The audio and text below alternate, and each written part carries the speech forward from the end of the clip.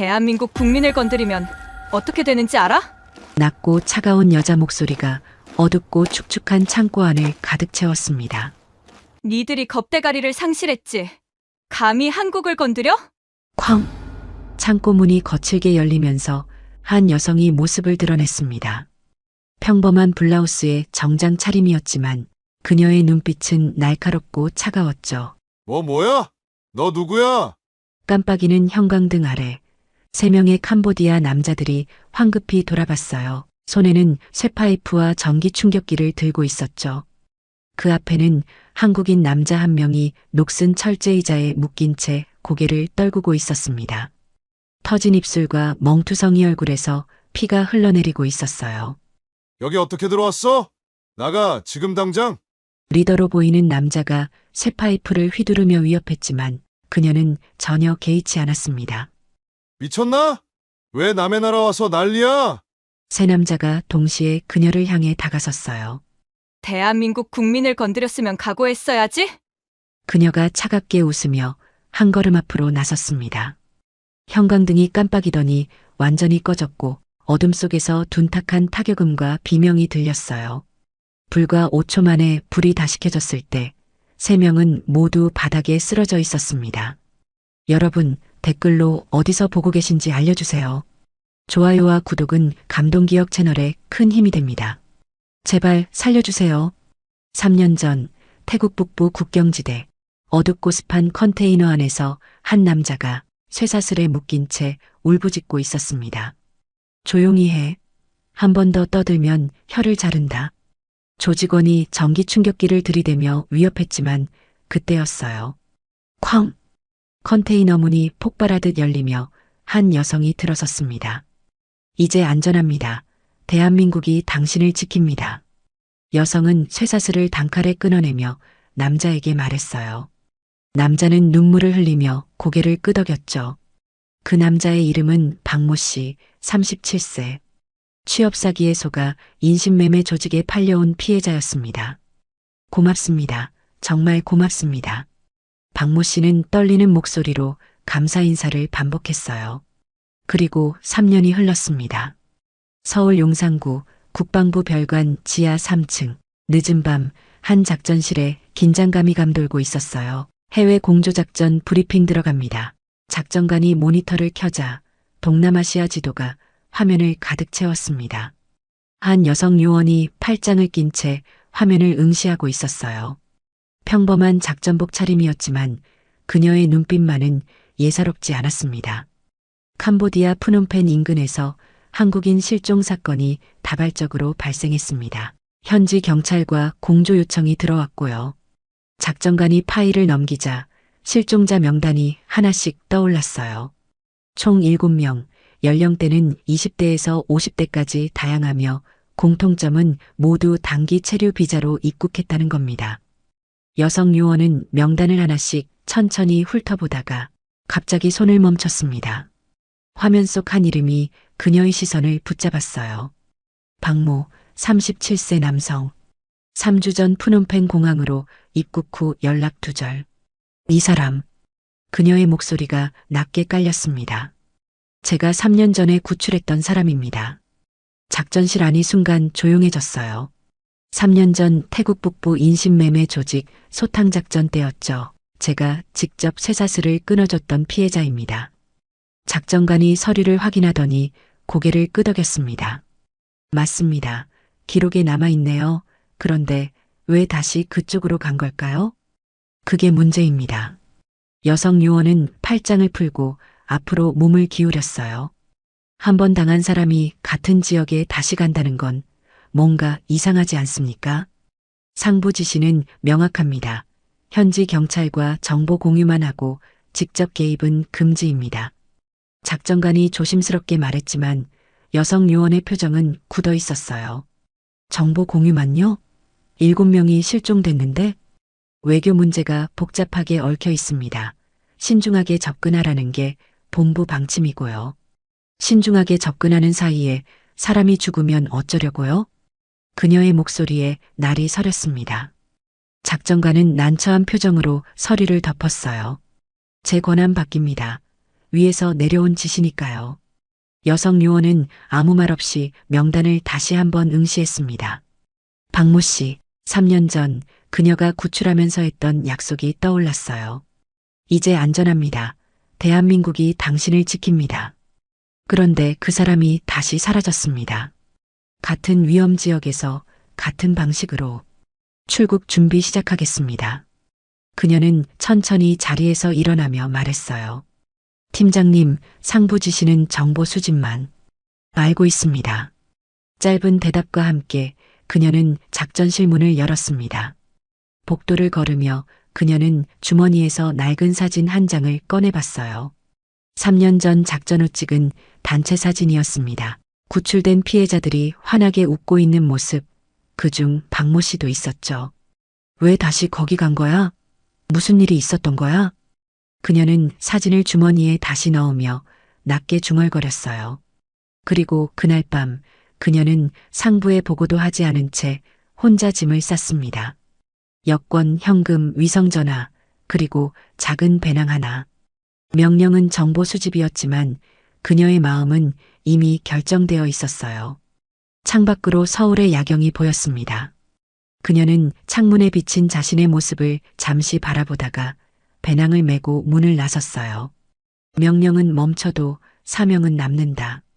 복도 끝에서 작전관이 그녀의 뒷모습을 바라보고 있었습니다. 그는 한숨을 쉬며 중얼거렸어요. 또 시작이군. 저 사람 막을 수 있는 사람은 아무도 없어. 캄보디아 푸놈펜 국제공항. 후덥지근한 열기가 피부를 찌르듯 파고들었어요.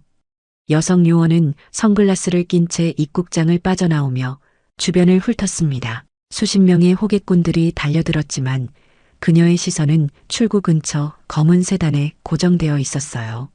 차 안에서 누군가 그녀를 똑바로 응시하고 있었습니다. 벌써 꼬리가 붙었군. 그녀는 아무렇지 않은 척 택시에 올랐어요. 센트럴 마켓. 차가 출발하자 백미러 너머로 검은 세단도 천천히 따라붙었습니다. 엔진 소리, 경적 소리, 거리의 소음들이 귓가를 스쳤지만 그녀의 신경은 온통 뒤쪽에 집중되어 있었어요. 일단 떼어내야 한다. 센트럴 마켓 앞에서 내린 그녀는 인파 속으로 빠르게 걸음을 옮겼습니다. 과일 냄새, 향신료 냄새, 땀 냄새가 뒤섞인 시장 안을 지그재그로 통과하며 뒤를 확인했어요. 검은 세단은 시야에서 사라졌습니다. 5분 후 그녀는 시장 뒤편 골목 작은 카페에 앉아 휴대전화를 꺼냈어요. 화면에는 단 하나의 연락처만 저장되어 있었습니다. 김만수, 대사관 행정직원. 신호음이 2번 울렸을 때 전화가 연결됐어요. 여보세요? 저 윤지안입니다. 수화기 넘어 짧은 침묵이 흘렀습니다. 윤 팀장님, 지금 어디세요? 푸놈펜에 도착했습니다. 한숨 섞인 목소리가 들려왔어요. 상황이 좋지 않습니다. 대사관에 함구령이 떨어졌거든요. 함구령이요? 전화론 곤란합니다. 30분 후 보레이 앙코르 카페에서 만나요. 뚝 전화가 끊겼습니다. 그녀는 커피를 한 모금 마시며 창밖을 바라봤어요. 석양이 지고 있었고 거리는 점점 어두워지고 있었습니다. 한적한 골목 안쪽 천장 선풍기만 돌아가는 작은 카페였어요. 구석자리에 앉아있던 60대 초반 남성이 손을 들었습니다. 깔끔한 반팔 셔츠에 안경을 쓴 김만수 씨였죠. 오랜만입니다. 그는 악수를 청하며 주변을 살폈어요.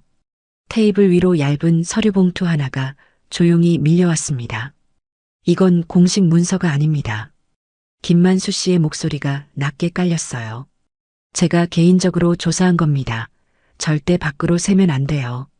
여성 요원은 봉투를 받아 배낭 안에 넣으며 물었습니다. 실종자들 파악하고 계십니까? 7명 모두요. 하지만 위에서 개입금지 명령이 내려왔습니다. 김만수 씨는 가방에서 작은 사진 한 장을 꺼내 테이블에 올려놓았어요. 사진 속엔 박모 씨가 낯선 남자들과 악수하는 모습이 찍혀 있었습니다. 여성 요원의 손이 사진 위에서 멈췄어요. 이게 뭡니까? 박모 씨는 피해자가 아니었습니다. 공범이었죠. 순간 그녀의 눈빛이 흔들렸습니다. 3년 전 그날이 떠올랐어요. 컨테이너 안 쇠사슬에 묶여 울던 박모 씨. 이제 안전합니다. 자신이 건넨 그 말이 귓가에 맴돌았습니다. 3년 전 구출 후 조직에 다시 접촉했고 이번엔 모집책으로 활동했습니다. 김만수 씨가 사진을 손가락으로 톡톡 두드렸어요. 하지만 박모 씨도 배신당했습니다. 2주 전 푸놈펜 외곽 창고에서 시신으로 발견됐거든요. 여성 요원은 주먹을 쥐었습니다. 시신으로요? 현지 경찰은 사고사 처리했지만 명백한 타살입니다. 그리고 박모 씨가 죽기 전 대사관에 이메일을 보냈어요. 김만수 씨는 휴대전화를 꺼내 화면을 보여줬습니다. 살려주세요. 제가 잘못했습니다. 한국인들이 위험합니다. 침묵이 흘렀어요. 선풍기 소리만 카페 안을 채우고 있었습니다. 나머지 6명은요? 살아있을 가능성은 있지만 시간이 없습니다. 조직은 빠르게 움직이고 있고 현지 경찰도 연루되어 있거든요. 김만수 씨는 테이블에 손을 올리며 말을 이었어요. 대사관에서 손 놓은 이유가 그겁니다. 외교 마찰을 피하려는 거죠. 그래서 저한테 연락하신 겁니까? 공식적으론 도울 수 없지만 개인적으론 도와드릴 수 있으니까요.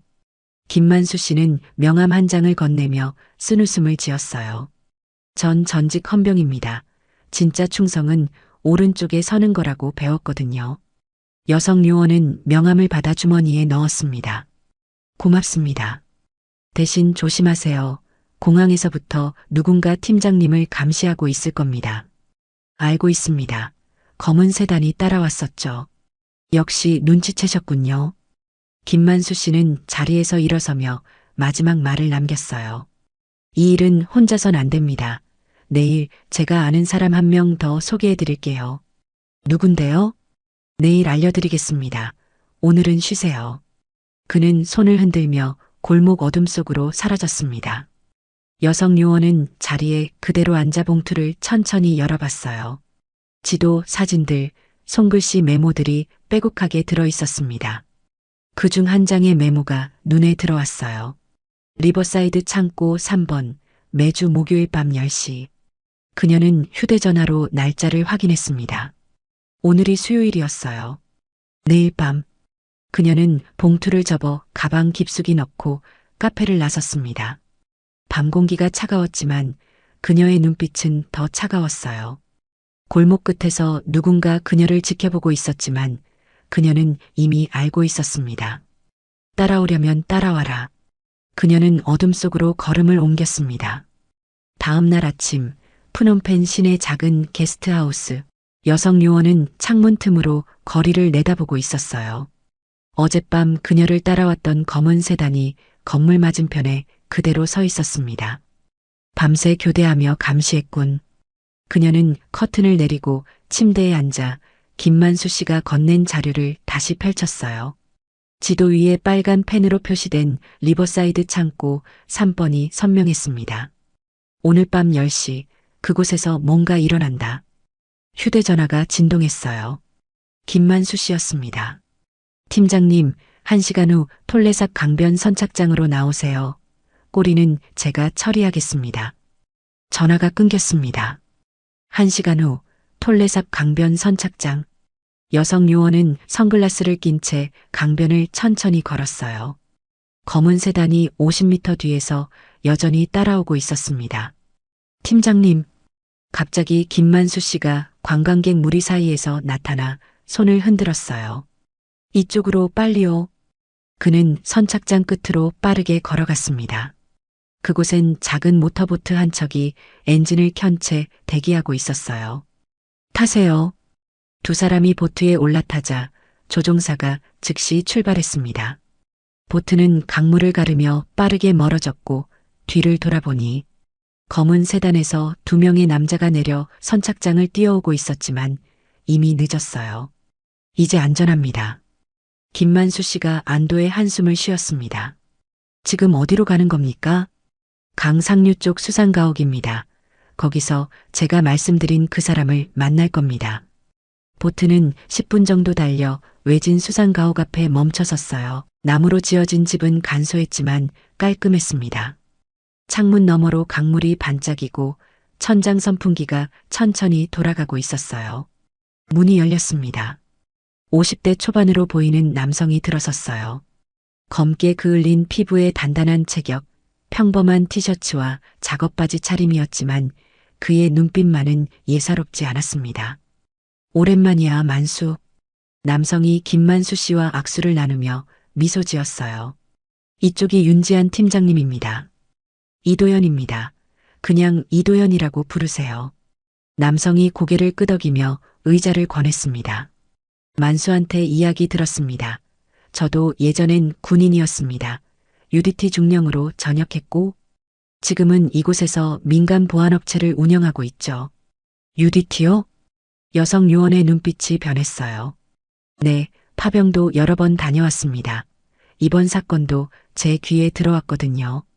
이도현 대표님은 팔짱을 끼고 몸을 앞으로 기울였습니다. 현지 경찰 중에 아는 사람이 귀띔해줬어요. 한국인들이 조직적으로 사라지고 있다고요. 문제는 경찰 내부에도 조직과 연결된 사람들이 있다는 겁니다. 그럼 경찰을 믿을 수 없다는 말씀이십니까? 절반은 믿을 수 없죠. 나머지 절반은 겁먹어서 입을 다물고 있고요. 김만수 씨가 끼어들었어요. 그래서 제가 이도현 대표님께 연락드린 겁니다. 이도현 대표님은 고개를 끄덕이며 말을 이었습니다. 팀장님, 솔직히 말씀드리겠습니다. 이 일은 위험합니다. 이 조직은 캄보디아뿐 아니라 태국, 라오스까지 연결돼 있고 뒤에는 중국 자본도 있어요. 그래도 해야 합니다. 6명의 한국인이 아직 살아있을 가능성이 있으니까요. 여성 요원의 눈빛이 단호했습니다. 이도현 대표님은 잠시 그녀를 바라보다가 입꼬리를 올렸어요. 역시 만수 말이 맞았군요. 막을 수 없는 사람이라고 했죠? 김만수 씨가 쓴웃음을 지었습니다. 이도현 대표님은 자리에서 일어나 창가로 갔어요. 좋습니다. 제가 돕겠습니다. 훈련은 끝났지만 정의엔 제대가 없으니까요. 그는 주머니에서 작은 GPS 단말기를 꺼내 테이블에 올려놓았습니다. 오늘 밤 창고 작전, 혼자 가실 생각이셨죠? 여성 요원은 아무 대답도 하지 않았지만 표정이 모든 걸 말해주고 있었어요. 역시 그러실 줄 알았습니다. 하지만 이제 혼자가 아닙니다. GPS 단말기와 함께 소형 무전기, 야간 투시경이 담긴 상자를 건넸어요. 위급하면 버튼을 누르세요. 제가 15분 안에 도착하겠습니다. 고맙습니다. 이도현 대표님이 지도를 펼쳐 위치를 확인했습니다. 리버사이드 창고 3번 주변은 제가 미리 정찰해 두겠습니다. 팀장님은 9시 30분에 이 지점에서 대기하세요. 그는 지도 위 한 지점을 손가락으로 찍었어요. 알겠습니다. 해가 저물고 있었습니다. 강물 위로 붉은 노을이 번지고 어둠이 조금씩 내려앉고 있었어요. 여성 요원은 창밖을 바라보며 주먹을 쥐었습니다. 오늘 밤 모든 게 시작된다. 그날 밤 9시 30분 리버사이드 창고 인근. 여성 요원은 컨테이너 더미 사이 어둠 속에 몸을 숨기고 있었어요. 검은 작업복에 야간 투시경을 착용한 그녀는 완전히 어둠에 동화되어 있었습니다. 무전기에서 이도현 대표님의 목소리가 흘러나왔어요. 팀장님, 창고 3번 주변 정찰 완료했습니다. 경비는 2명, 입구 쪽에 배치되어 있고요. 내부는요? 확인 불가입니다. 창문이 모두 가려져 있거든요. 여성 요원은 야간 투시경으로 창고를 관찰했습니다. 낡은 철제 건물, 입구 양쪽에 서 있는 2명의 남자가 보였어요. 시계를 확인했습니다. 9시 47분, 13분 후면 10시였어요. 너무 무리하지 마세요. 무전기를 끈 그녀는 창고 쪽으로 천천히 이동했습니다. 경비들의 대화 소리가 들렸어요. 오늘은 몇 명 온대? 저번처럼 또 도망가는 놈 없겠지? 이번엔 단단히 묶어놨으니까 괜찮을 거야. 여성 요원의 눈빛이 차갑게 가라앉았습니다. 그때 창고 안쪽에서 트럭 엔진 소리가 들렸어요. 헤드라이트 불빛이 어둠을 가르며 다가오고 있었습니다. 여성 요원은 재빨리 컨테이너 뒤로 몸을 숨겼어요. 트럭 한 대가 창고 앞에 멈춰섰습니다. 늦었네. 보스가 화낼 텐데. 경비가 창고 문을 두드렸어요. 쿵쿵쿵 문이 안쪽에서 열렸습니다.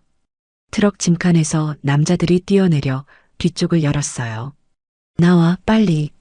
안에서 비명 섞인 신음소리가 들렸습니다. 제발. 조용히 해. 여성 요원은 야간 투시경으로 트럭 내부를 들여다봤어요. 3명의 사람들이 손과 발이 묶인 채 끌려 나오고 있었습니다. 한국인이었어요. 20대 남성, 30대 여성, 40대 남성이 모두 겁에 질린 표정으로 창고 안으로 끌려 들어갔습니다. 살려주세요, 제발. 여성의 목소리가 밤 공기를 찢었지만 곧 창고 문이 쾅 닫히며 소리가 끊겼어요. 여성 요원은 주먹을 꽉 쥐었습니다. 3년 전 박모 씨를 구출했을 때가 떠올랐어요. 그때도 똑같은 비명, 똑같은 공포가 있었죠.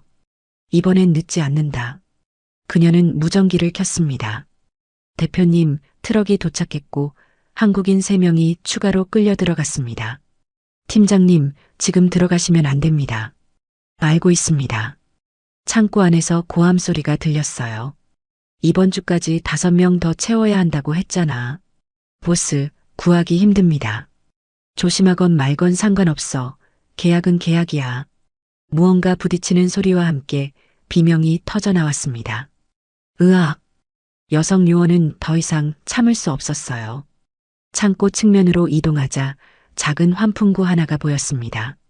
녹슨 철망이 느슨하게 걸려 있었어요. 그녀는 철망을 조심스럽게 제거하고 무전기를 켰습니다. 대표님, 지금부터 진입합니다. 팀장님, 너무 위험합니다. 시간이 없습니다. 저 사람들 지금 당장 위험합니다. 이도현 대표님의 한숨이 들렸어요. 알겠습니다. 절대 무리하지 마세요. 여성 요원은 무전기 볼륨을 최소로 낮추고 환풍구 안으로 몸을 밀어 넣었습니다. 좁은 통로 안은 먼지투성이었고 쇠 냉새가 코를 찔렀어요. 그녀는 숨을 참으며 천천히 기어갔습니다. 환풍구 끝에 다다르자 창고 내부가 한눈에 들어왔어요. 넓은 공간 한가운데 6명의 한국인들이 철제 의자에 묶여 있었습니다. 입에는 재갈이 물려 있고 눈에는 공포가 가득했어요. 그 주변을 5명의 남자들이 둘러싸고 있었습니다. 이번 주 금요일까지 배가 온다. 그때까지 5명 더 채워. 가운데 서 있는 남자가 담배를 피우며 말했어요. 보스로 보였습니다. 보스, 한국 대사관에서 움직이고 있다던데요? 겁먹을 필요 없어. 현지 경찰은 우리 편이니까. 보스가 비웃으며 담배 연기를 내뿜었어요. 여성 요원은 환풍구 덮개를 조심스럽게 열었습니다. 아래는 약 3m 높이였어요. 창고 입구에서 휴대전화 벨소리가 울렸습니다. 여보세요? 네, 보스님. 경비 한 명이 전화를 받으며 밖으로 나갔어요. 바로 지금이었습니다. 여성 요원은 환풍구에서 뛰어내렸어요. 작은 소리와 함께 그녀가 창고 바닥에 착지했습니다. 남자들이 일제히 돌아봤어요. 뭐야? 너 누구야? 보스가 소리쳤습니다. 여성 요원은 천천히 일어서며 말했어요. 대한민국 국민을 건드리면 어떻게 되는지 알아? 그녀의 목소리는 낮고 차가웠습니다. 뭐야? 너 누구야? 보스가 담배를 떨어뜨리며 소리쳤습니다. 여성 요원은 천천히 일어서며 말했어요. 대한민국 국민을 건드리면 어떻게 되는지 알아? 그녀의 목소리는 낮고 차가웠습니다. 이 미친년이. 보스가 손짓하자 4명의 부하들이 일제히 달려들었어요. 첫 번째 남자가 쇠파이프를 휘둘렀습니다. 여성 요원은 몸을 낮춰 피하며 남자의 팔을 잡아 비틀었어요. 콰직! 으악! 남자가 비명을 지르며 바닥에 쓰러졌습니다. 두 번째 남자가 전기 충격기를 들이밀었어요. 움직이지 마. 여성 요원은 재빨리 남자의 손목을 쳐내고 발로 다리를 걸었습니다. 남자가 앞으로 고꾸라졌어요. 세 번째, 네 번째 남자가 동시에 달려들었습니다. 잡아. 여성 요원은 한 명의 팔을 잡아당겨 다른 남자에게 부딪히게 만들었어요. 두 남자가 뒤엉켜 바닥에 굴렀습니다. 불과 10초 만에 4명이 모두 쓰러졌어요. 보스는 뒤로 물러서며 허리춤에서 권총을 꺼냈습니다. 움직이면 쏜다. 여성 요원은 움직임을 멈췄어요. 창고 안이 순간 조용해졌습니다. 묶여있던 한국인들이 제갈 너머로 신음했어요. 보스가 총을 겨누며 천천히 다가왔습니다. 넌 도대체 뭐야? 경찰이야? 그냥 지나가던 사람이야. 지나가던 사람이 이런 짓을 해? 웃기고 있네. 보스가 비웃으며 방아쇠에 손가락을 걸었어요. 누가 보냈어? 한국 정부? 대사관? 아무도 안 보냈어. 내가 왔을 뿐이야. 혼자? 미쳤군. 바로 그때였습니다. 창고 밖에서 엔진 소리가 들렸어요. 기익. 급브레이크 소리와 함께 차 한 대가 멈춰섰습니다. 보스가 순간 시선을 돌렸어요. 여성 요원은 그 틈을 놓치지 않았습니다. 재빨리 몸을 날려 보스의 손목을 쳤어요. 탕, 총알이 천장을 향해 발사됐습니다. 권총이 바닥에 떨어졌고 여성 요원은 보스의 팔을 비틀어 뒤로 제압했죠. 움직이지 마. 창고 문이 거칠게 열렸습니다. 이도현 대표님이 들어섰어요. 손에는 소형 권총이 들려 있었고 뒤따라 김만수 씨도 뛰어들어왔습니다. 팀장님, 이도현 대표님이 재빨리 주변을 확인했습니다. 바닥에 쓰러진 4명의 남자들, 제압당한 보스, 그리고 묶여있는 6명의 한국인들이 눈에 들어왔어요. 괜찮으십니까? 네, 괜찮습니다. 김만수 씨가 바로 한국인들에게 달려가 제갈을 풀어줬습니다. 괜찮으세요? 이제 안전합니다. 고맙습니다. 30대 여성이 눈물을 흘리며 말했어요. 이도현 대표님은 권총으로 쓰러진 남자들을 겨누며 말했습니다. 일어나지 마. 움직이면 쏜다. 남자들은 신음하며 바닥에 그대로 누워 있었어요. 여성 요원은 보스를 바닥에 눕히고 밧줄로 손을 묶었습니다. 여기 몇 명이나 있었어? 6명이요. 40대 남성이 떨리는 목소리로 대답했어요. 언제부터 여기 있었습니까? 저는 3일 전에 잡혀왔어요. 취업 사기였습니다. 20대 남성이 고개를 떨구며 말했습니다. 여성 요원은 한국인들을 하나씩 살폈어요. 다행히 큰 부상은 없어 보였지만 모두 지쳐 있었습니다. 이제 괜찮습니다. 곧 안전한 곳으로 이동하겠습니다. 김만수 씨가 휴대전화를 꺼내며 말했어요. 제가 아는 경찰에게 연락하겠습니다. 믿을 수 있는 사람이니까 걱정 마세요. 그때 보스가 바닥에 누운 채 비웃으며 말했습니다. 끝났다고 생각해? 이제 시작이야. 무슨 소리야? 우리 조직은 크다고. 넌 이미 끝났어. 여성 요원은 보스의 셔츠를 움켜쥐며 눈을 똑바로 쳐다봤어요. 조직이 얼마나 크든 대한민국 국민을 건드리면 끝까지 쫓아간다. 웃기고 있네. 넌 혼자잖아. 혼자가 아니야. 이도현 대표님이 다가오며 말했습니다. 우리가 있으니까. 김만수 씨도 고개를 끄덕였어요.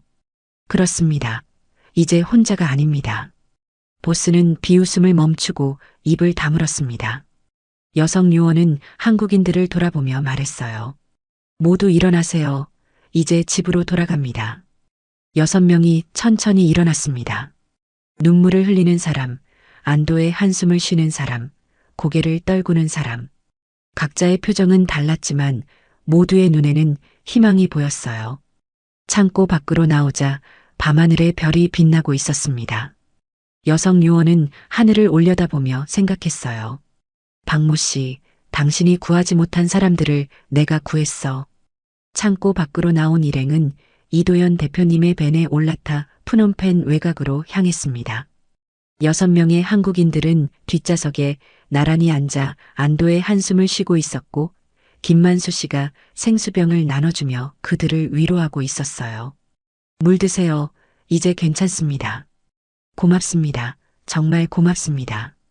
30대 여성이 눈물을 닦으며 물을 받았습니다. 여성 요원은 조수석에 앉아 창밖을 바라보고 있었어요. 밤거리를 달리는 차 안은 조용했지만 그녀의 머릿속은 복잡했습니다. 보스가 한 말이 계속 신경 쓰인다. 이도현 대표님이 운전대를 잡으며 물었어요. 팀장님, 괜찮으십니까? 네, 그런데 대표님, 우리 지금 어디로 가는 겁니까? 제가 아는 안가옥으로 갑니다. 거기서 하룻밤 쉬고 내일 아침에 대사관으로 가는 게 좋을 것 같아서요.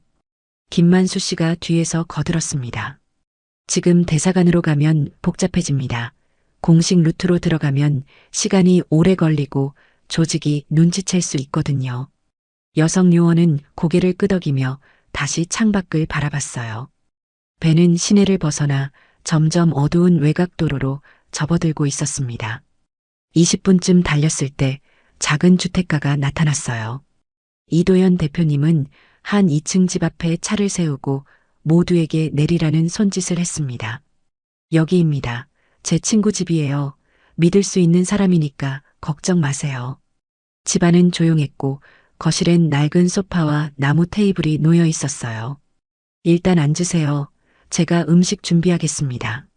이도현 대표님이 부엌으로 들어가는 동안 여성 요원은 한국인들을 돌아보며 자리에 앉았습니다. 모두 다친 곳은 없으십니까? 괜찮습니다. 정말 고맙습니다. 20대 남성이 고개를 숙이며 말했어요. 저희를 구하러 오실 줄은 몰랐습니다. 포기하고 있었거든요. 여성 요원은 그의 어깨를 가볍게 두드렸습니다. 포기하지 마세요. 대한민국은 국민을 버리지 않습니다. 40대 남성이 떨리는 목소리로 물었어요. 그런데 저희를 어떻게 찾으신 겁니까? 박모 씨라는 분 아십니까? 순간 40대 남성의 얼굴이 굳었습니다. 박모요? 저를 여기로 데려온 브로커였는데요. 고수익 일자리가 있다고 해서 믿고 왔다가 도착하자마자 여권을 빼앗겼습니다. 김만수 씨가 한숨을 쉬며 끼어들었어요. 박모 씨는 2주 전에 사망했습니다. 조직한테 배신당한 거죠. 그 사람도 처음엔 피해자였다가 나중엔 공범이 됐고 결국 조직은 그를 버렸습니다. 40대 남성이 입을 벌렸어요. 죽었다고요? 그럼 우리도? 네, 여러분도 그렇게 될 뻔했습니다. 30대 여성이 떨리는 손으로 얼굴을 감싸며 눈물을 흘리기 시작했어요. 제발, 제발 살려주셔서 감사합니다. 여성 요원은 그녀의 손을 잡아주며 말했습니다. 이제 안전합니다. 내일 아침 대사관으로 가면 바로 귀국 절차 밟을 수 있어요. 이도현 대표님이 부엌에서 나와 테이블에 음식과 물을 놓으며 말했습니다. 드세요. 많이 놀라셨을 텐데 일단 드시고 쉬어야 합니다. 6명이 천천히 음식을 먹기 시작했고 여성 요원은 창가로 걸어가 밖을 내다봤어요. 고요한 밤거리였지만 뭔가 불안한 기운이 감돌고 있었습니다. 김만수 씨가 다가와 나지막이 말했어요. 팀장님, 오늘 정말 대단하셨습니다. 혼자 들어가신 건 위험했지만 덕분에 모두 무사합니다. 아직 끝난 게 아닙니다. 여성 요원의 목소리가 낮아졌어요.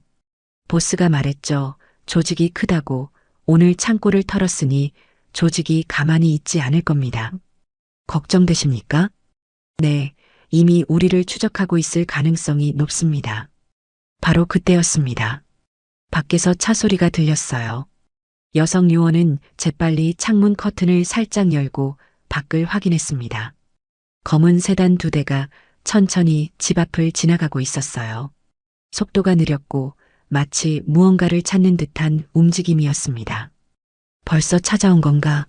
차들은 집 앞을 지나쳐 골목 끝으로 사라졌지만 여성 요원의 본능은 계속 경고하고 있었어요. 대표님. 네. 이도현 대표님이 부엌에서 고개를 내밀었습니다. 혹시 이 집 위치 아는 사람 있습니까? 제 친구밖에 없는데요. 왜 그러십니까? 방금 검은 세단 2대가 지나갔습니다. 천천히, 마치 뭔가를 찾는 것처럼요. 이도현 대표님의 표정이 굳었고 김만수 씨도 긴장한 얼굴로 창가로 다가왔어요. 설마 우리를 추적하고 있는 겁니까? 가능성은 있습니다. 조직이 생각보다 빠르게 움직이고 있어요. 이도현 대표님은 휴대전화를 꺼내 누군가에게 전화를 걸었습니다. 여보세요? 나야. 혹시 주변에 수상한 차 없어? 응, 알겠어. 조심해. 전화를 끄는 그가 고개를 저으며 말했어요. 친구 말로는 아무것도 없대요. 하지만 일단 모두 경계태세 유지합시다. 여성 요원은 배낭에서 GPS 단말기를 꺼내 확인했습니다. 신호는 정상이었어요. 하지만 그녀의 본능은 계속 경고하고 있었습니다. 거실에 앉아있던 한국인들도 분위기를 눈치채고 불안한 표정을 짓기 시작했어요. 무슨 일 있습니까? 20대 남성이 떨리는 목소리로 물었습니다. 괜찮습니다. 혹시 모를 상황에 대비하는 것뿐입니다.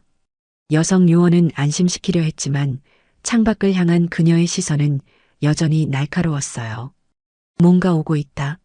새벽 3시 집안은 고요했습니다.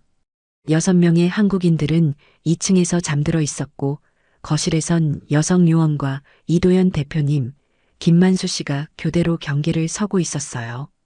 여성 요원은 창가에 앉아 밖을 지켜보며 따뜻한 차를 마시고 있었습니다. 달빛 아래 고요한 거리, 아무 움직임도 없었어요. 김만수 씨가 옆에 앉으며 나지막이 말했습니다. 팀장님, 밤새 한숨도 안 주무셨죠? 괜찮습니다. 익숙해서요. 그래도 너무 무리하시는 것 같습니다. 이도연 대표님이 소파에서 일어나 창가로 다가오며 거들었어요. 제가 걱정되는 건 조직이 반드시 보복할 거라는 겁니다. 이런 조직들은 체면을 중요하게 생각하거든요. 한번 당하면 반드시 되갚아야 직성이 풀리죠. 여성 요원은 고개를 끄덕이며 창밖을 다시 바라봤습니다. 너무 조용한 게 오히려 이상합니다. 그 순간이었습니다. 골목 끝에서 헤드라이트 불빛이 하나둘씩 켜지기 시작했어요. 한 대, 두 대, 세 대 검은 세단들이 천천히 집 쪽으로 다가오고 있었습니다. 대표님 왔습니다. 여성 요원의 목소리가 낮게 깔렸고 이도연 대표님과 김만수 씨가 재빨리 창가로 달려왔어요. 세대나 왔네요. 지금 어떻게 합니까? 김만수 씨의 목소리가 떨렸습니다. 여성 요원은 침착하게 지시했어요. 김만수 씨는 2층 사람들 깨워서 뒷문으로 대피시키세요. 대표님은 그들을 안전한 곳까지 데려가시고요. 팀장님은요? 제가 시간을 벌겠습니다. 이도연 대표님이 가방에서 권총을 꺼내 장전하며 고개를 저었어요. 안 됩니다. 혼자는 위험합니다. 대표님 6명을 안전하게 대피시키려면 대표님이 필요합니다. 제가 15분만 버티면 됩니다. 15분 안에 제가 돌아오겠습니다. 꼭 버티세요. 명심하겠습니다. 김만수 씨가 재빨리 2층으로 올라가 사람들을 깨우기 시작했고 곧 겁에 질린 얼굴들이 황급히 계단을 내려왔어요. 무슨 일이에요? 30대 여성이 떨리는 목소리로 물었습니다. 괜찮습니다. 김만수 씨를 따라가세요. 안전한 곳으로 안내해 드릴 겁니다. 당신은요? 혼자 남으시면 위험하잖아요. 20대 남성이 소리쳤지만 여성 요원은 그의 어깨를 잡으며 단호하게 말했어요. 저는 훈련받은 사람입니다. 여러분이 안전하게 빠져나가는 게 더 중요합니다. 빨리 가세요. 김만수 씨가 뒷문을 열며 서둘렀고 6명이 황급히 뒷문으로 빠져나갔습니다. 이도연 대표님이 마지막으로 여성 요원을 돌아보며 말했어요. 15분입니다. 꼭 버티세요. 알겠습니다. 문이 닫히고 집안은 순식간에 텅 비었습니다. 여성 요원은 혼자 남아 거실불을 껐어요. 어둠이 집안을 가득 채우자 그녀는 야간 투시경을 착용하고 소파 뒤로 몸을 숨겼습니다. 밖에서 차 문이 열리는 소리가 들렸고 남자들의 발소리가 점점 가까워지고 있었어요. 여기 맞아? 보스가 여기라고 했어. 들어가자. 쿵쿵쿵 현관문을 두드리는 소리가 울렸습니다. 열어. 안에 있는 거 다 알아. 대답이 없자 한 남자가 문을 발로 세게 찼어요. 쾅! 문이 부서지며 남자들이 우르르 들어왔습니다. 불 켜. 한 남자가 스위치를 찾았지만 불이 켜지지 않았어요. 뭐야, 정전이야? 휴대전화 불 켜. 남자들이 휴대전화를 꺼내 불빛을 비추기 시작했고 여성 요원은 소파 뒤에서 숨을 죽이며 그들의 움직임을 관찰했습니다. 위로 올라가 봐. 2층 확인해. 3명이 계단을 올라갔고 남은 6명은 거실을 수색하기 시작했어요. 아무도 없는데? 차는 밖에 없었잖아. 분명 여기 있을 거야. 한 남자가 점점 소파 쪽으로 다가오고 있었습니다. 발소리가 점점 가까워졌어요. 3m, 2m, 1m, 바로 지금이었습니다. 여성 요원이 소파 뒤에서 뛰어나와 남자의 다리를 걸었어요. 남자가 앞으로 고꾸라지며 비명을 질렀습니다. 거기 있다. 5명이 일제히 달려들었고 여성 요원은 재빨리 첫 번째 남자의 팔을 비틀어 앞으로 밀어냈어요. 2명이 부딪혀 넘어졌습니다. 세 번째 남자가 쇠파이프를 휘둘렀지만 그녀는 몸을 낮춰 피하고 남자의 무릎을 쳤어요. 네 번째, 5번째 남자가 동시에 달려들었지만 여성 요원은 한 명의 팔을 잡아 돌리며 다른 남자에게 부딪히게 만들었습니다. 2층에서 발소리가 들리더니 3명이 계단을 뛰어내려왔어요. 아무도 없어. 다 도망갔어. 아래 여자 하나 있다. 잡아. 이제 9명 모두 거실에 모였습니다. 여성 요원은 벽을 등지고 서서 그들을 마주봤어요. 한 남자가 총을 겨누며 소리쳤습니다. 너 어젯밤 창고 털었던 년이지? 보스님이 널 찾으라고 했어. 순순히 따라와.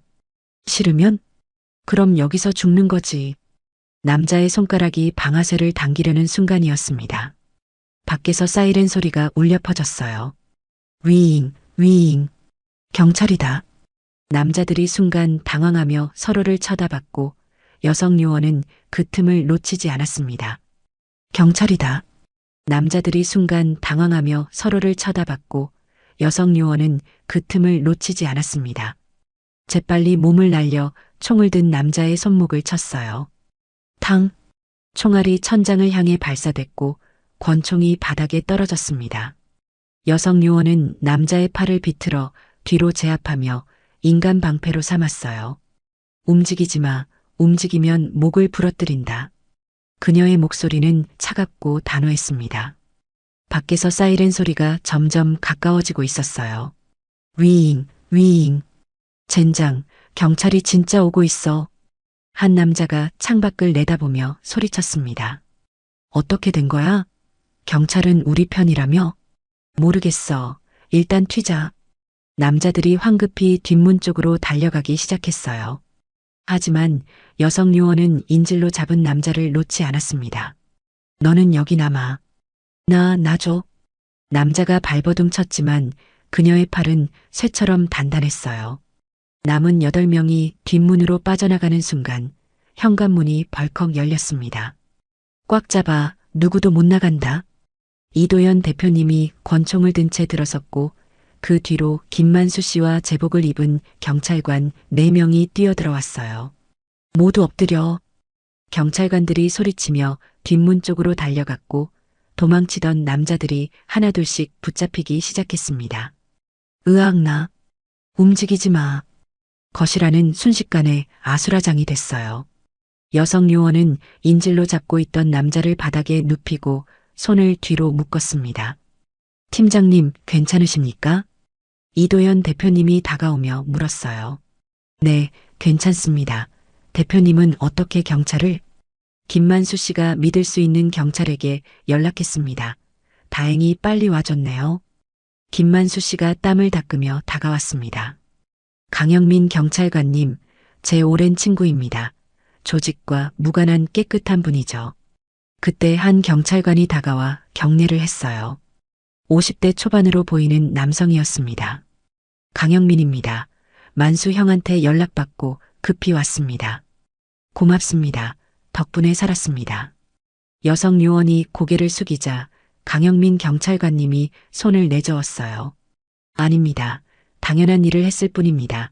그런데 이 사람들 전부 인신매매 조직 맞습니까? 네, 어젯밤 창고에서 한국인 6명을 구출했는데 조직이 보복하러 온 겁니다. 강영민 경찰관님의 표정이 굳어졌어요. 큰일입니다. 이 조직은 캄보디아 전역에 퍼져 있고 경찰 내부에도 연결된 사람들이 많습니다. 그럼 이 사람들을 체포해도 소용없다는 말씀이십니까? 공식적으로 처리하면 위에서 압력이 들어올 겁니다. 증거를 없애거나 석방시키라고 할 거예요. 여성 요원은 주먹을 쥐었습니다. 그럼 어떻게 해야 합니까? 일단 이 사람들은 제가 비공식적으로 48시간 구금하겠습니다. 그 사이에 한국인들을 모두 출국시켜야 합니다. 이도현 대표님이 고개를 끄덕였어요. 좋습니다. 제가 대사관과 연락해서 긴급 출국 절차를 밟겠습니다. 그런데 문제가 하나 더 있습니다. 강영민 경찰관님이 심각한 표정으로 말했어요. 이 사람들 보스, 그 사람은 어디 있습니까? 어젯밤 창고에서 제 앞에서 묶어놨는데요. 그럼 지금쯤 조직에서 구출했을 겁니다. 창고엔 아무도 없었거든요. 여성 요원의 얼굴이 굳었습니다. 벌써 빠져나갔다는 말씀이십니까? 네, 제가 새벽에 창고를 확인했는데 텅 비어 있었습니다. 보스는 이미 도망쳤고 아마 지금쯤 더 큰 보복을 계획하고 있을 겁니다. 김만수 씨가 불안한 표정으로 물었어요. 그럼 우리가 위험하다는 말씀이십니까? 네, 특히 팀장님이 가장 위험합니다. 보스는 체면을 구긴 사람을 절대 그냥 두지 않거든요. 이도현 대표님이 여성 요원을 돌아보며 말했습니다. 팀장님, 일단 안전한 곳으로 이동해야 합니다. 6명은 어디 있습니까? 제 사무실에 있습니다. 경비가 철저한 곳이라 안전합니다. 그럼 저도 그곳으로 가겠습니다. 강영민 경찰관님이 명함을 꺼내 건네며 말했어요. 이 번호로 연락 주세요. 제가 최대한 도와드리겠습니다. 하지만 48시간 안에 모두 출국시켜야 합니다. 그 이후엔 제가 막을 수 없습니다. 명심하겠습니다. 고맙습니다. 경찰관들이 체포된 남자들을 끌고 밖으로 나갔고 거실엔 여성 요원과 이도현 대표님, 김만수 씨만 남았어요. 팀장님, 괜찮으십니까? 김만수 씨가 걱정스러운 얼굴로 물었습니다. 네, 괜찮습니다. 하지만 그녀의 눈빛은 여전히 날카로웠어요. 보스가 도망쳤다.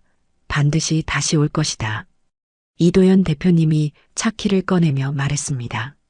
일단 제 사무실로 이동합시다. 거기서 대책을 세워야 합니다. 세 사람은 집을 나와 벤에 올라탔어요. 동이 트기 시작했고 푸놈펜 거리엔 아침 햇살이 비치고 있었습니다. 하지만 여성 요원의 마음은 여전히 무겁고 불안했어요. 48시간 그 안에 모든 걸 끝내야 한다. 벤이 출발하며 안가옥이 점점 멀어졌습니다. 그녀는 창밖을 바라보며 혼잣말처럼 중얼거렸어요. 보스, 내가 어디 숨어 있든 반드시 찾아낼 거야. 오전 9시 이도현 대표님의 사무실, 넓은 회의실에 6명의 한국인들이 둘러앉아 있었어요. 테이블 위엔 따뜻한 커피와 샌드위치가 놓여 있었지만 모두 불안한 표정으로 손도 대지 않고 있었습니다. 여성 요원이 회의실 문을 열고 들어서자 6명이 일제히 고개를 들었어요. 모두 괜찮으십니까? 네, 덕분에 괜찮습니다. 30대 여성이 일어서며 고개를 숙였습니다. 정말 고맙습니다. 어젯밤에 무슨 일이 있었는지 김만수 씨한테 들었어요. 다행히 큰일은 없었습니다. 여성 요원은 의자에 앉으며 6명을 둘러봤어요. 지금부터 48시간 안에 여러분 모두 한국으로 출국시키겠습니다. 48시간이요? 20대 남성이 놀란 표정으로 물었습니다. 네, 그 이후엔 조직이 다시 움직일 가능성이 높습니다. 그 전에 모두 안전하게 귀국시켜야 해요. 40대 남성이 떨리는 목소리로 물었어요. 그럼 우리 가족들은 괜찮을까요? 조직이 한국까지 찾아오진 않겠죠? 여성 요원은 그의 눈을 똑바로 쳐다보며 단호하게 말했습니다. 괜찮습니다. 한국에 도착하는 순간 여러분은 완전히 안전합니다. 대한민국 정부가 여러분을 지킬 겁니다. 정말요? 네, 약속합니다. 그녀의 목소리엔 확신이 담겨 있었고 6명의 얼굴에 조금씩 안도의 빛이 돌기 시작했어요. 그때 회의실 문이 열리며 김만수 씨가 들어왔습니다. 팀장님, 대사관에서 연락 왔습니다. 긴급 여권 발급 승인됐고요. 언제 받을 수 있습니까? 오늘 오후 3시까지 대사관으로 오시면 됩니다. 그리고 내일 아침 7시 비행기로 인천행 출국 수속도 완료됐습니다. 6명이 서로를 쳐다보며 눈물을 글썽이기 시작했어요. 정말 집에 갈 수 있는 거예요? 30대 여성이 떨리는 목소리로 물었습니다. 네, 내일 아침이면 한국 땅을 밟으실 겁니다. 김만수 씨가 미소 지으며 대답했어요. 20대 남성이 눈물을 닦으며 말했습니다. 감사합니다. 정말 감사합니다. 포기하고 있었는데. 포기하지 마세요. 아직 끝난 게 아닙니다. 여성 요원이 일어서며 말했어요. 오후 3시까지 여기서 대기하세요. 제가 대사관까지 안전하게 모시겠습니다. 이도현 대표님이 회의실로 들어오며 거들었습니다. 저희 경비팀이 24시간 이 건물을 지키고 있으니 안심하셔도 됩니다. 6명이 고개를 끄덕이며 안도의 한숨을 쉬었어요. 여성 요원은 김만수 씨와 이도현 대표님을 따라 회의실 밖으로 나왔습니다. 복도 끝 작은 사무실로 들어가자 강영민 경찰관님이 노트북 앞에 앉아 있었어요. 팀장님 맞습니까? 네, 무슨 일 있으십니까? 강영민 경찰관님은 노트북 화면을 돌려 보여주며 심각한 표정으로 말했습니다. 어젯밤 체포한 조직원 9명 중 3명이 새벽에 석방됐습니다. 뭐라고요? 여성 요원의 목소리가 높아졌어요. 위에서 압력이 들어왔습니다. 증거 불충분이라는 이유로 풀어줬죠. 그럼 나머지 6명도? 시간 문제입니다. 아마 오늘 안에 모두 풀릴 겁니다. 이도현 대표님이 주먹으로 책상을 쳤어요. 젠장, 조직손이 경찰 내부까지 뻗어 있군요. 그뿐만이 아닙니다. 강영민 경찰관님이 다른 사진을 화면에 띄웠어요. 한 남성의 얼굴이 확대되어 나타났습니다. 40대 후반으로 보이는 남성, 날카로운 눈빛과 흉터가 있는 얼굴이었어요. 이 사람이 보스입니다. 본명은 라탄, 캄보디아 최대 인신매매 조직 두목이죠. 어디 있습니까? 아직 모르겠습니다. 하지만 제 정보원에 따르면 라탄이 팀장님을 찾고 있다고 합니다. 저를요? 네, 어젯밤 일로 완전히 화가 났다고 하더군요. 한국 여자 하나한테 당했다는 소문이 퍼지면서 체면이 구겨졌거든요. 김만수 씨가 걱정스러운 얼굴로 물었습니다. 그럼 팀장님이 위험하다는 말씀이십니까?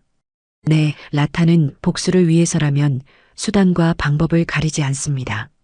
여성 요원은 사진 속 라탄의 얼굴을 똑바로 쳐다봤어요. 좋습니다. 그가 날 찾는다면 내가 먼저 찾아가겠습니다. 팀장님, 이도현 대표님이 놀라며 소리쳤습니다. 너무 위험합니다. 위험하든 말든 상관없습니다. 저 사람이 살아있는 한 6명은 안전하지 않습니다. 강영민 경찰관님이 고개를 끄덕였어요. 팀장님 말씀이 맞습니다. 라탄을 제거하지 않으면 언젠가 보복할 겁니다. 한국까지 사람을 보낼 수도 있어요. 그럼 어떻게 해야 합니까? 김만수 씨가 물었습니다. 강영민 경찰관님은 잠시 생각하더니 입을 열었어요. 제 정보원이 라탄의 아지트 위치를 알고 있습니다. 푸놈펜 외곽 강가 쪽인데 경비가 삼엄하죠.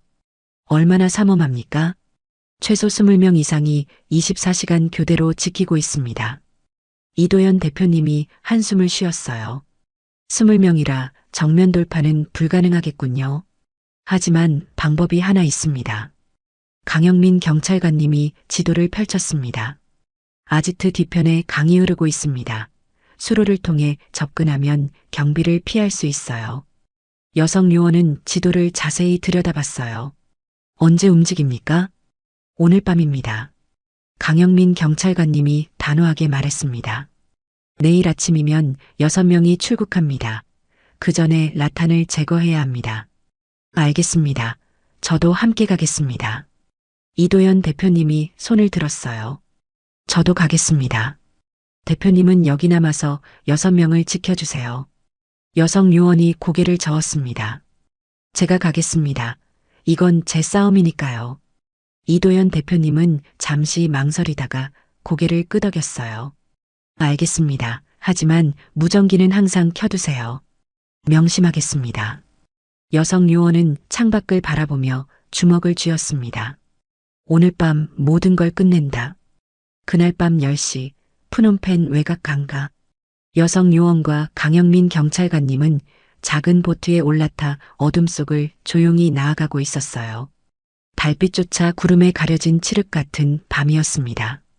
팀장님, 5분 후면 아지트 뒤편에 도착합니다. 강영민 경찰관님이 나지막이 속삭였어요. 경비는요? 강 쪽은 허술합니다. 라탄이 정면 경비에만 집중하고 있거든요. 여성 요원은 야간 투시경을 착용하고 앞을 응시했습니다. 멀리 2층 건물 하나가 보였어요. 불빛이 새어나오고 있었고 건물 앞에는 여러 명의 남자들이 서성이고 있었습니다.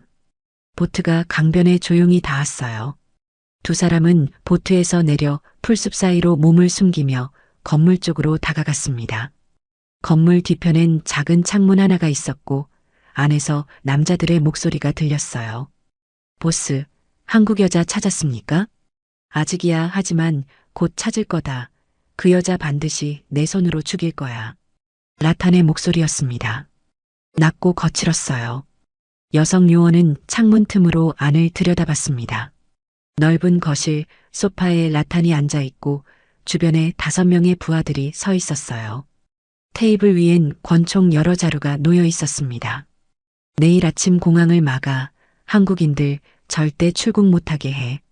알겠습니다, 보스. 여성 요원은 강영민 경찰관님을 돌아보며 손짓했어요. 강영민 경찰관님이 고개를 끄덕이며 권총을 꺼내 장전했습니다. 여성 요원은 창문을 천천히 열고 조용히 안으로 들어갔고 강영민 경찰관님도 뒤따라 들어왔어요. 두 사람은 어둠 속에 몸을 숨긴 채 거실 쪽으로 천천히 다가갔습니다. 복도 끝에서 거실이 보였어요. 라탄은 여전히 소파에 앉아 담배를 피우고 있었고 부하들은 테이블 주변에 서 있었습니다. 보스, 그 여자 혼자 온다고 해도 우리가 6명인데 무슨 걱정입니까? 한 부하가 비웃으며 말했어요. 바보 같은 소리 하지 마. 그 여자 혼자서 창고에 있던 우리 애들 전부 쓰러뜨렸어. 일단 내일 아침까지 경계태세 유지해. 네, 보스. 바로 그때였습니다. 여성 요원이 복도 끝에서 걸어 나왔어요. 찾을 필요 없어. 내가 왔으니까. 라탄과 부하들이 일제히 돌아봤습니다. 뭐야? 내가 날 찾는다며? 여기 왔어. 여성 요원의 목소리는 차갑고 단호했습니다. 라탄의 얼굴이 일그러졌어요. 이 미친년이 혼자 여기까지 왔어? 혼자가 아니야. 강영민 경찰관님이 반대편 문에서 걸어 나오며 권총을 겨눴습니다. 경찰이다. 모두 손들어. 부하들이 당황하며 테이블 위 권총을 집으려 했지만 여성 요원이 먼저 움직였어요. 재빨리 달려가 테이블을 발로 차 뒤집었습니다. 권총들이 바닥에 흩어졌고 여성 요원은 가장 가까운 부하의 팔을 비틀어 넘어뜨렸어요. 두 번째 부하가 달려들었지만 강영민 경찰관님이 총을 쏘았습니다. 탕, 천장을 향한 경고 사격이었어요. 움직이면 다음은 다리다. 부하들이 멈춰섰고 라탄은 뒤로 물러서며 허리춤에서 칼을 꺼냈습니다. 내가 그 한국 여자로군. 내 조직을 망친 년. 내 조직이 먼저 한국인들을 건드렸어. 사업이었을 뿐이야. 사업? 사람을 파는 게 사업이야? 여성 요원이 라탄을 향해 천천히 걸어갔어요. 라탄이 칼을 휘두르며 달려들었습니다. 여성 요원은 몸을 낮춰 피하고 라탄의 손목을 잡아 비틀었어요. 칼이 바닥에 떨어졌고 라탄은 비명을 지르며 무릎을 꿇었습니다. 대한민국 국민을 건드리면 어떻게 되는지 이제 알겠어? 여성 요원이 라탄의 팔을 뒤로 꺾으며 바닥에 눕혔습니다. 강영민 경찰관님이 수갑을 꺼내 라탄의 손을 묶으며 말했어요. 라탄, 넌 인신매매, 폭행, 살인교사 혐의로 체포한다. 이거나. 라탄이 발버둥 쳤지만 소용없었어요. 나머지 부하들도 하나씩 바닥에 엎드리며 항복했습니다. 강영민 경찰관님이 무전기를 꺼내 말했어요. 지원팀 들어와도 좋다. 곧 건물 밖에서 사이렌 소리가 들렸고 경찰차 여러 대가 도착했습니다. 제복을 입은 경찰관들이 우르르 들어와 라탄과 부하들을 끌고 나갔어요. 넌 끝났어. 한국 여자. 우리 조직은 끝나지 않아. 라탄이 소리치며 끌려갔지만 여성 요원은 아무 대꾸도 하지 않았습니다. 건물 밖으로 나오자 새벽 공기가 차갑게 얼굴을 스쳤어요. 강영민 경찰관님이 다가와 손을 내밀었습니다. 수고하셨습니다, 팀장님. 이제 6명은 안전하게 출국할 수 있습니다. 고맙습니다. 경찰관님 덕분입니다. 두 사람은 악수를 나눴어요. 여성 요원은 하늘을 올려다봤습니다. 별들이 반짝이고 있었어요. 박모 씨 이제 됐어. 당신이 구하지 못한 사람들을 모두 구했어. 휴대전화가 진동했습니다. 이도현 대표님이었어요. 팀장님 어떻게 됐습니까? 끝났습니다. 라탄 체포했습니다. 정말입니까? 다행입니다. 6명 상태는 어떻습니까? 모두 잘 자고 있습니다. 내일 아침 7시 비행기로 출국합니다. 제가 공항까지 배웅하겠습니다. 전화를 끄는 여성 요원은 동쪽 하늘을 바라봤어요. 곧 동이 틀 것 같았습니다. 다음 날 아침 6시 푸놈펜 국제공항. 여성 요원은 이도현 대표님, 김만수 씨와 함께 출국장 앞에 서 있었어요. 6명의 한국인들이 새로 발급받은 여권을 손에 쥐고 그들 앞에 서 있었습니다. 정말 집에 가는 거예요? 30대 여성이 눈물을 글썽이며 물었어요. 네, 2시간 후면 인천공항에 도착합니다. 김만수 씨가 미소 지으며 대답했습니다. 20대 남성이 여성 요원에게 다가와 깊게 고개를 숙였어요. 정말 감사합니다. 당신이 아니었으면 저희는 지금쯤. 괜찮습니다. 당연한 일을 했을 뿐입니다. 당연한 일이라뇨. 목숨을 걸고 우릴 구해주셨잖아요. 40대 남성도 눈물을 닦으며 다가왔습니다. 은인이십니다. 평생 잊지 않겠습니다. 6명이 모두 여성 요원 앞에 줄지어 서서 고개를 숙였어요. 여성 요원은 그들의 어깨를 하나씩 토닥이며 말했습니다. 고개 드세요. 여러분은 피해자입니다. 아무 잘못도 없어요. 하지만 한국에 돌아가시면 가족들 꼭 안아주세요. 그리고 다시는 이런 일 없도록 조심하시고요. 네, 명심하겠습니다. 이도현 대표님이 시계를 확인하며 말했어요. 곧 탑승 시작합니다. 출국장으로 들어가세요. 6명이 천천히 출국장 쪽으로 걸어가기 시작했어요. 몇 걸음 가다가 30대 여성이 돌아서며 손을 흔들었습니다. 정말 고맙습니다. 다른 사람들도 돌아서서 손을 흔들었어요. 여성 요원과 이도현 대표님, 김만수 씨도 손을 흔들며 배웅했습니다. 6명이 출국장 안으로 사라지자 김만수 씨가 한숨을 쉬며 말했어요. 끝났네요. 정말 끝났습니다. 네, 이제 안전합니다. 이도현 대표님이 여성 요원을 돌아보며 말했습니다. 팀장님, 정말 수고 많으셨습니다. 팀장님 아니었으면 불가능했을 겁니다. 아닙니다.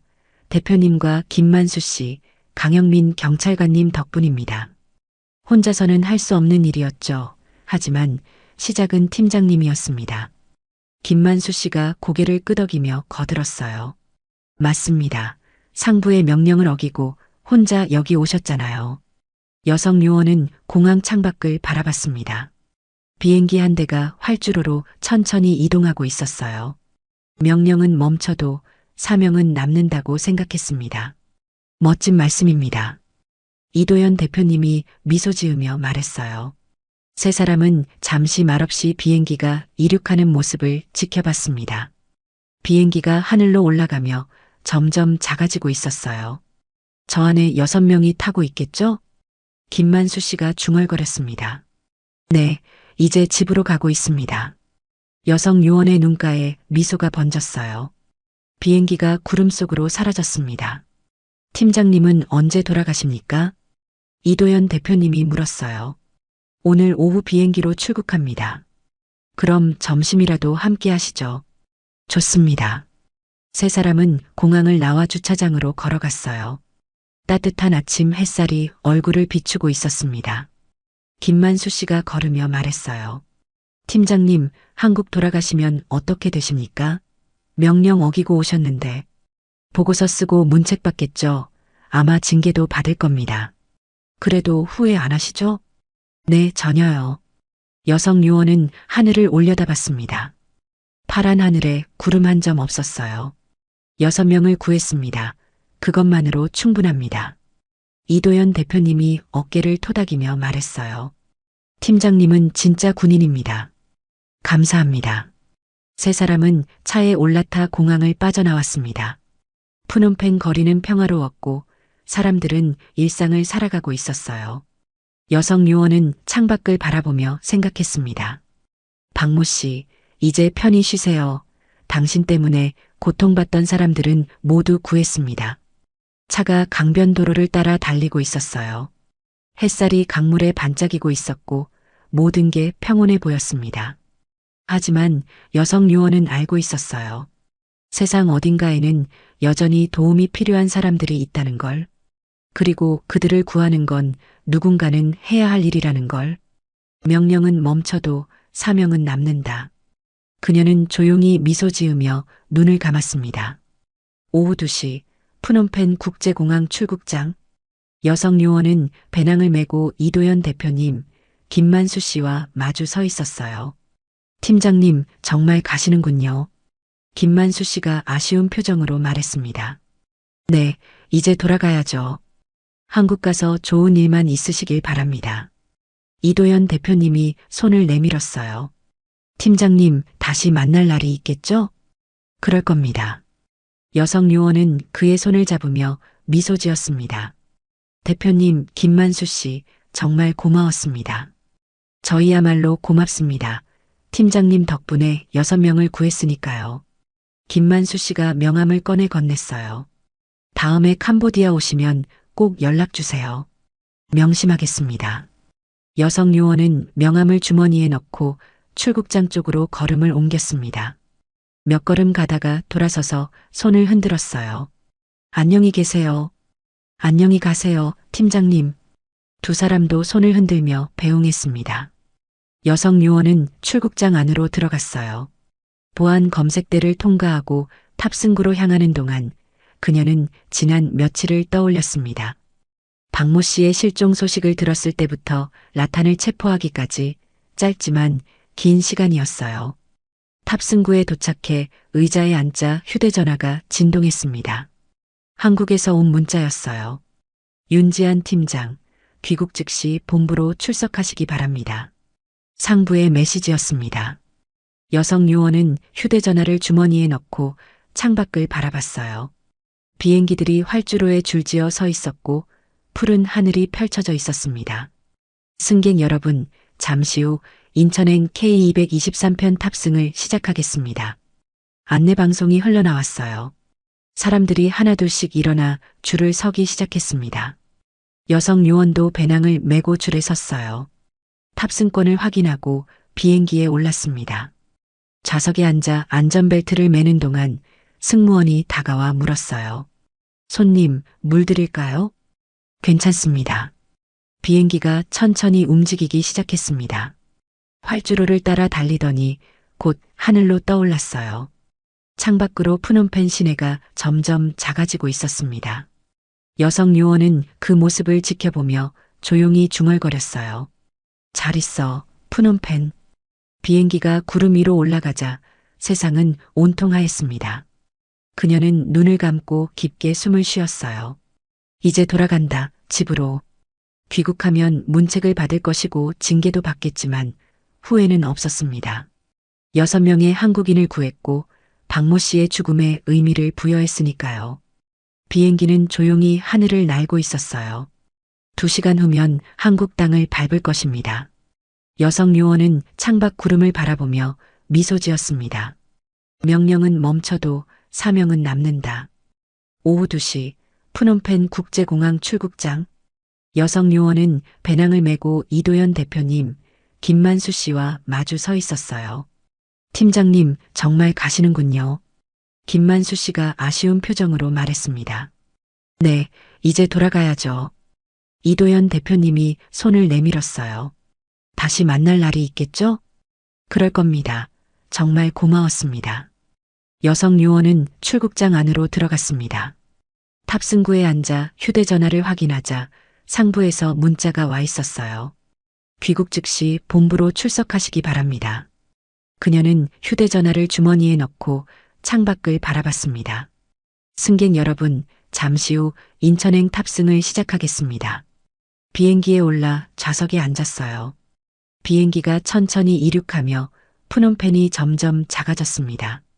구름 위로 올라가자 세상은 온통 하였어요.